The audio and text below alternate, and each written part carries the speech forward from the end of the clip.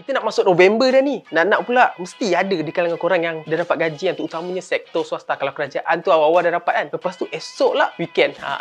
Baru boleh tengok Black Adam. Hai, selamat datang ke Buletin Gadget edisi yang terakhir untuk bulan Oktober ini. Dan macam biasa, aku Firdaus, korang punya host. Kita ada banyak dan pelbagai berita-berita menarik. Kita ada pasal apa tau? Peranti siswa yang tular dekat media sosial baru-baru ni. Kita ada pasal iPhone Type-C. Kita ada pasal CIMB. Kita ada pasal Steam. Dan tak apa, kita tengok je lah.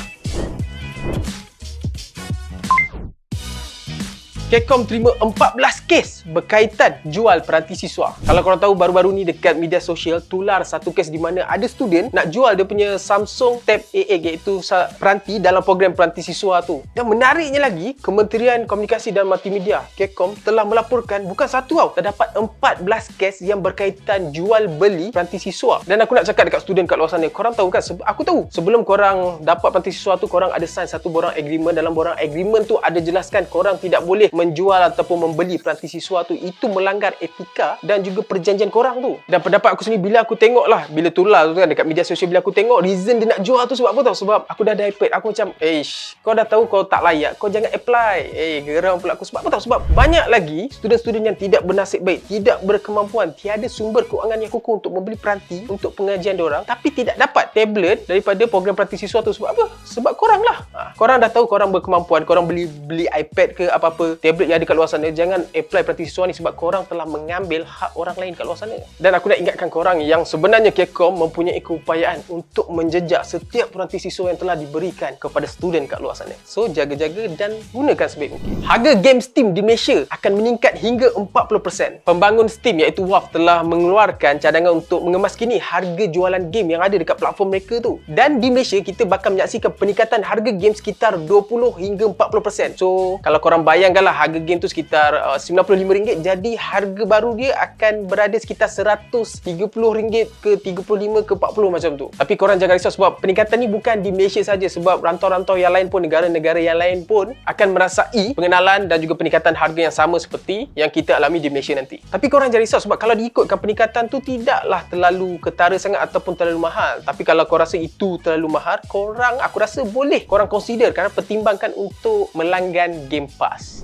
Grey Joshua telah sahkan siri iPhone akan datang akan menggunakan port Type-C. Naib Presiden Kanan Pemasaran Apple iaitu Grey Joshua telah sahkan bahawa siri iPhone akan datang akan menggunakan port pengecasan bukan Lightning tapi Type-C. Itu bagi aku nice lah. Bayangkan kalau 14 ni, siri 14 ni dia guna Type-C, aku sendiri akan pecah tabung aku sendiri akan beli iPhone 14 tu. Itu bermaksud siri iPhone yang akan datang iaitu iPhone 15 akan menggunakan port pengecasan Type-C. Polisi baru daripada Apple ni adalah salah satu usaha mereka untuk menyahutlah undang-undang yang telah diimplementkan oleh Kesatuan Eropah, di mana lepas ni dekat Eropah tiada lagi peranti ataupun smartphone yang gunakan port pengecasan selain daripada Type-C. Undang-undang tersebut adalah salah satu usaha Kesatuan Eropah untuk memastikan kita punya planet ni kuranglah pembuangan sisa e-waste supaya kita punya alam kita ni terjaga. One UI 5.0 mula dilepaskan. Kalau korang nak tahu, Samsung telah pun orang kata dah ready lah untuk melepaskan kemaskini terbaru untuk One UI mereka kepada publik tidak lama lagi. Dan berikut merupakan senarai peranti Samsung yang bakal menerima One UI ni dalam masa terdekat. So cuba korang tengok, ada tak peranti korang dalam senarai ini? Antara ciri-ciri barulah yang akan diperkenalkan dalam kemaskini One UI 5 ni adalah Dynamic Lock, penyatuan ciri keselamatan dalam tetapan dan lain-lain lagi. Netflix mungkin minta pengesahan biometrik pada masa akan datang. Sebelum ni aku ada sharekan dekat korang yang Netflix telah memperkenalkan satu ciri baru iaitu profile transfer. Terdapat ura-ura yang mengatakan bahawa Netflix mungkin akan menyekat ataupun menghapuskan teruslah ciri password sharing seawal 2023 tahun depan. Dan baru-baru ni terdapat juga satu ura-ura yang mengatakan Netflix mungkin akan meminta pelanggan diorang iaitu korang kat luar sana untuk memberi pengesahan biometrik setiap kali korang nak nak mengakses platform Netflix. Netflix minta korang punya biometrik lah, identification. Dan cuba kau bayangkan macam mana dia nak implementkan polisi ataupun feature tersebut. Sekiranya ciri tersebut dilaksanakan, macam mana kita nak guna? Sebab apa? Sebab smart TV mana ada orang kata fingerprint identification. Senang sahaja. Sebab apa? Penganalisis mengatakan sekiranya Netflix implement ciri tersebut, mungkin mereka akan meminta korang punya biometric identification melalui peranti mudah alih. Contohnya macam ni, korang nak guna korang punya Netflix,